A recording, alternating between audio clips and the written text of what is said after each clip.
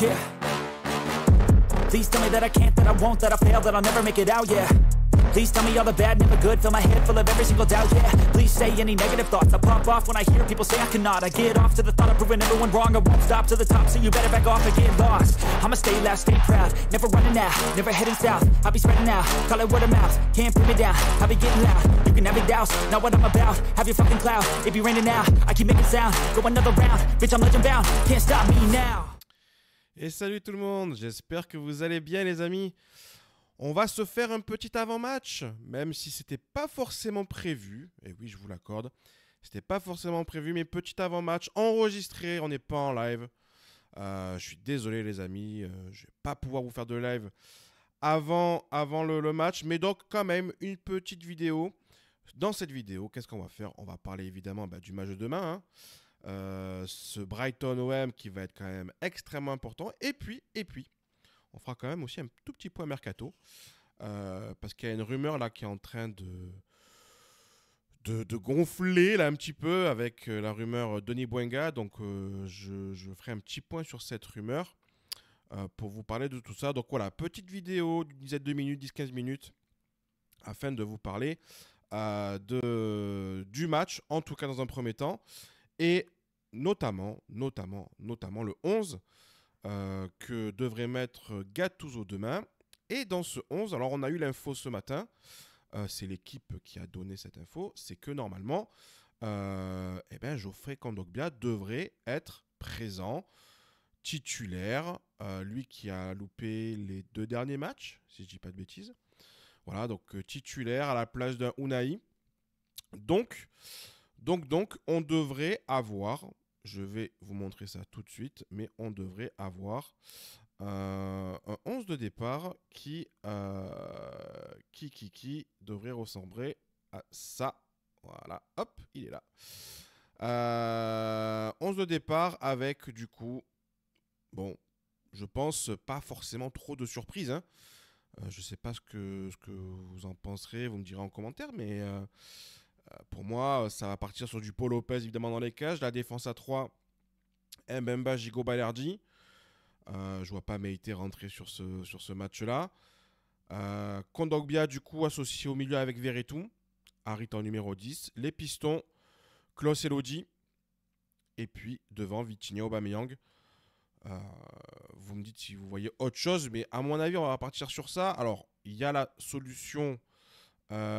Iliman Ndiaye, parce qu'Iliman Ndiaye n'est pas suspendu pour l'Europa League, mais j'ai un petit doute. Je pense quand même que Vitinha fait le travail et donc devrait garder en tout cas au départ une place de titulaire.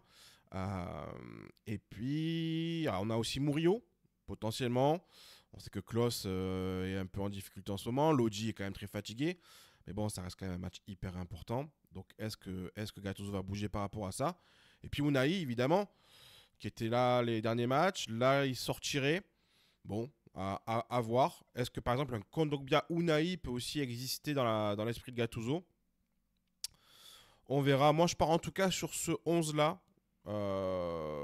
D'après moi, on est vraiment sur le 11 type. Enfin, en tout cas, le 11 avec les meilleurs joueurs possibles. Et il va falloir parce que ça va être un match compliqué, hein. Voilà, on le sait tous. Je vais vous montrer quand même aussi du coup un petit peu le classement, hein, de cette Europa League. On est premier, hein, je vous rappelle, 11 points. Brighton est deuxième avec 10 points, donc on est qualifié pour la phase éliminatoire de l'Europa League. Alors, vous connaissez maintenant le règlement. Si on est premier, eh bien, on est directement qualifié en 8e de finale. Si on est deuxième, on sera en 16e de finale. Donc, ça nous rajoutera 2 matchs en plus. Donc, c'est pas rien, surtout... que ces matchs-là, je crois, ont lieu février, un truc comme ça. Donc, ça peut nous rajouter des matchs en plus. Donc, si on peut se terminer premier, c'est quand même un vrai objectif. Bon, vous l'avez compris, à la vue du classement, il faut qu'on fasse minimum match nul pour avoir cette première place. Au niveau des absents et des présents, alors les absents côté de l'Olympique de Marseille, on a sur évidemment Valentin Rongier, Correa. C'est vrai que ça me paraît très compliqué pour lui d'être là au vu de sa blessure. Du côté de Brighton, alors il faudrait faire un point un peu plus complet. Il faudra voir aussi évidemment l'annonce des groupes. Là, j'enregistre, on est mercredi midi et demi, donc pour le moment j'ai pas les groupes de Brighton, mais pour le moment on a ça comme absent. Je vois surtout Ansu Fati qui s'est fait une grosse blessure. On a Estupinian aussi qui est blessé. Welbeck aussi apparemment serait blessé. Enfin voilà, donc il y a quand même quelques absents du côté de Brighton. Brighton qui sort d'un match de Première Ligue où ils ont fait un partout contre Burnley. Donc voilà, pas la performance non plus de l'année. Et puis juste avant, ils avaient battu Brentford 2-1. C'est une équipe de Brighton qui a finalement, on le voit, un peu de défaite, mais c'est vrai que ils avaient perdu que contre Chelsea. Après, sinon, ils étaient gagnés à l'AEK Athènes, Nottingham. Ils avaient battu l'Ajax, évidemment, 2 fois. Voilà. En championnat, ils ont eu un petit peu une période de creux. Ils sont quand même enchaînés quelques nuls. Donc voilà. Je suis étonné, alors je vais vous montrer ça, mais je suis très étonné quand même par les cotes qui sont affichées. On n'est quand même pas favori du tout sur ce match-là. Donc à voir, mais en tout cas, je pense qu'on a quand même, un vrai coup à jouer. Bon, nous, on sort évidemment d'une série de victoires très intéressantes. On a marqué des buts. On est en pleine confiance. Bon, voilà. Donc, on espère que ça devrait aller. Moi, perso, j'y crois. Voilà, j'y crois. Je me dis qu'on peut aller chercher ce match nul. Brighton, en plus, c'est une équipe qui tourne énormément. Donc, c'est très compliqué de savoir quel 11 ils vont mettre en place. C'est très compliqué aussi de savoir véritablement, aujourd'hui, quel est leur objectif. Parce que si on regarde un petit peu leur classement en Première Ligue, Brighton, ils sont... Alors, si on a le classement qui va s'afficher, voilà. Brighton, ils sont... Alors, je suis désolé, hop, je vais vous faire un petit réglage très rapido en direct. Hop, voilà, non même pas, je ne vais pas le faire, c'est pas grave. Ils sont 1, 2, 3, 4, 5, 6, 7, ils sont 8e, voilà, ils sont 8e. Ils ont quand même un peu dégringolé, parce qu'ils étaient un peu mieux classés au début de la saison. Donc voilà. Bon, on est en tout cas sur une équipe dangereuse, on le sait. À domicile, ils ont aussi quand même, voilà, ils n'ont qu'une seule défaite en 9 matchs. Donc voilà, mais comme on l'a dit, un match nul peut suffire dans ce match. Donc voilà pour vraiment le tout petit avant-match de Brighton OM. De toute façon, on connaît Brighton, on les a vus au match aller. Ça avait été d'ailleurs un match finalement compliqué. On menait 2-0, on s'était fait remonter. C'était une époque où on était moins en place, on va dire, que maintenant. Et puis surtout, on n'avait pas le même schéma tactique. J'imagine que Gennaro Gattuso va quand même garder son 3-5-2. En tout cas, je pense qu'on le souhaite tous. On va finir cette petite vidéo avec le petit point mercato que je vous ai dit tout à l'heure, et notamment la rumeur de Denis Bouanga. C'est l'ami OM qui l'a confirmé, que comme quoi Denis Bouanga était bien dans la shortlist de l'Olympique de Marseille, qui aurait déjà de discussions avec l'entourage et le joueur. Voilà, alors de mon côté, c'est vrai que lors du dernier live, moi, j'avais pas forcément d'infos. J'ai essayé de creuser un petit peu plus aujourd'hui. Ces discussions avec l'entourage, je peux pas encore vraiment vous les confirmer. Par contre, effectivement, Denis Bouanga, il intéresse bien l'Olympique de Marseille. Alors, perso, moi, ça m'étonne un peu.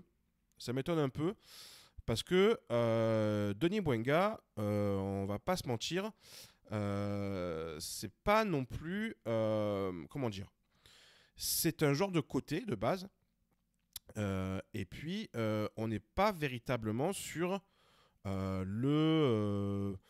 comment dire, un joueur totalement adapté, je trouve, au 3-5-2.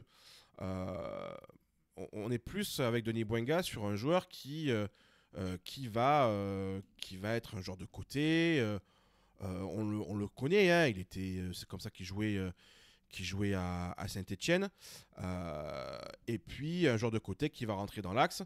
Alors, il s'est totalement relancé du côté de la MLS. Hein. Il a signé, si je ne dis pas de bêtises, il a signé à Los Angeles. Alors je vais essayer de vous montrer ça. À Los Angeles, il a des stats assez parlantes. Je vais vous montrer ça. Voilà. Los Angeles, il a en 58 matchs, 41 buts et 15 passes décisives. Bon, il survole hein, totalement ce championnat. Alors bon, on en parlait un petit peu lors du dernier live. Ça étonne peut-être un petit peu et ça indique quand même un petit peu sur le niveau global de la MLS quand on voit que Denis Bouanga se balade complètement dans ce championnat. Bon, il a une valeur marchande là à 8 millions d'euros. 8 millions d'euros, c'est pas non plus cher, on va dire, mais c'est vrai que c'est pas non plus forcément un tarif, à mon avis, qui faudrait pas aller jusque là.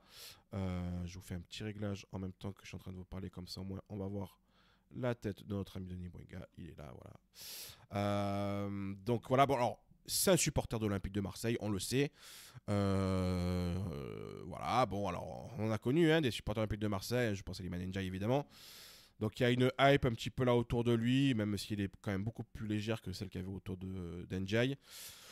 Voilà, bon, moi de mon côté, je suis pas contre le joueur parce que le joueur est pas forcément est un bon joueur, il n'y a pas de problème. Par contre, on le voit, il a quand même 37 matchs en tant qu'ailier gauche. Il a 5 matchs en tant qu'avant-centre et 3 matchs en tant qu'ailier droit sur la saison 2022-2023. Donc, c'est quand même pas un genre de 3-5-2, hein, on va être clair par rapport à ça. Maintenant, le 3-5-2, est-ce que c'est une composition qu'à vouloir garder Gennaro Gattuso à tout prix? Ben là non plus, j'en suis pas forcément certain. Donc voilà. Bon, c'est une vraie piste. Il a une valeur marchande, en tout cas Transfermarkt, à 8 millions d'euros. Moi, je considère que si on doit faire ce joueur, il faut vraiment pas que ça dépasse ce prix-là. Voilà. Si on commence à taper dans les 10 millions d'euros, là, à mon avis, ça commencera à faire cher. Il est en fin de contrat dans 2 ans, hein, parce qu'il est en contrat jusqu'en décembre 2025. C'est un Gabonais. Alors évidemment, la connexion avec Pierre-Emerick Aubameyang existe. Les deux joueurs s'apprécient. D'ailleurs, on a vu une déclaration de Denis Bouanga il n'y a pas si longtemps que ça, d'ailleurs, lorsqu'il parlait de Aubameyang en disant qu'il avait toujours confiance en lui, que c'était un grand joueur, etc. etc. Donc bon, voilà. Est-ce qu'une combinaison entre les deux peut fonctionner? Écoutez, il faudra voir ça, mais en tout cas, bon, la piste en tout cas, elle est là, elle existe. C'est un joueur qui est en confiance. Voilà. Mais encore une fois, moi, je pars du principe que au-delà de 8 millions d'euros, ça commencerait à faire cher. Moi, je serais plus pour un transfert aux alentours de 5 millions d'euros. Alors, à voir si Los Angeles, évidemment, serait vendeur à ce prix-là. Ça, je ne sais pas. Mais en tout cas, voilà. Alors après, est-ce que c'est la piste la plus chaude aujourd'hui? J'irai pas jusque-là. Pour moi, il y a d'autres priorités, notamment, on en a parlé, le poste de latéral, piston gauche, si on doit... selon la tactique, on va dire, de Gennaro Gattuso. Et puis potentiellement, donc si on reste sur une défense à 3, potentiellement aussi un autre défenseur. S'il n'y a pas de départ d'ici là. Au niveau des départs, on en reparlera parce que ça commence petit à petit à discuter. Un garçon comme Ismail Assar, par exemple, pourrait ne pas rester. Aujourd'hui, c'est pas non plus évident pour lui. C'est pas le 3-5-2 n'est pas un schéma tactique qui lui convient. Et puis même dans le 4-2-3-1, il n'était pas non plus exceptionnel.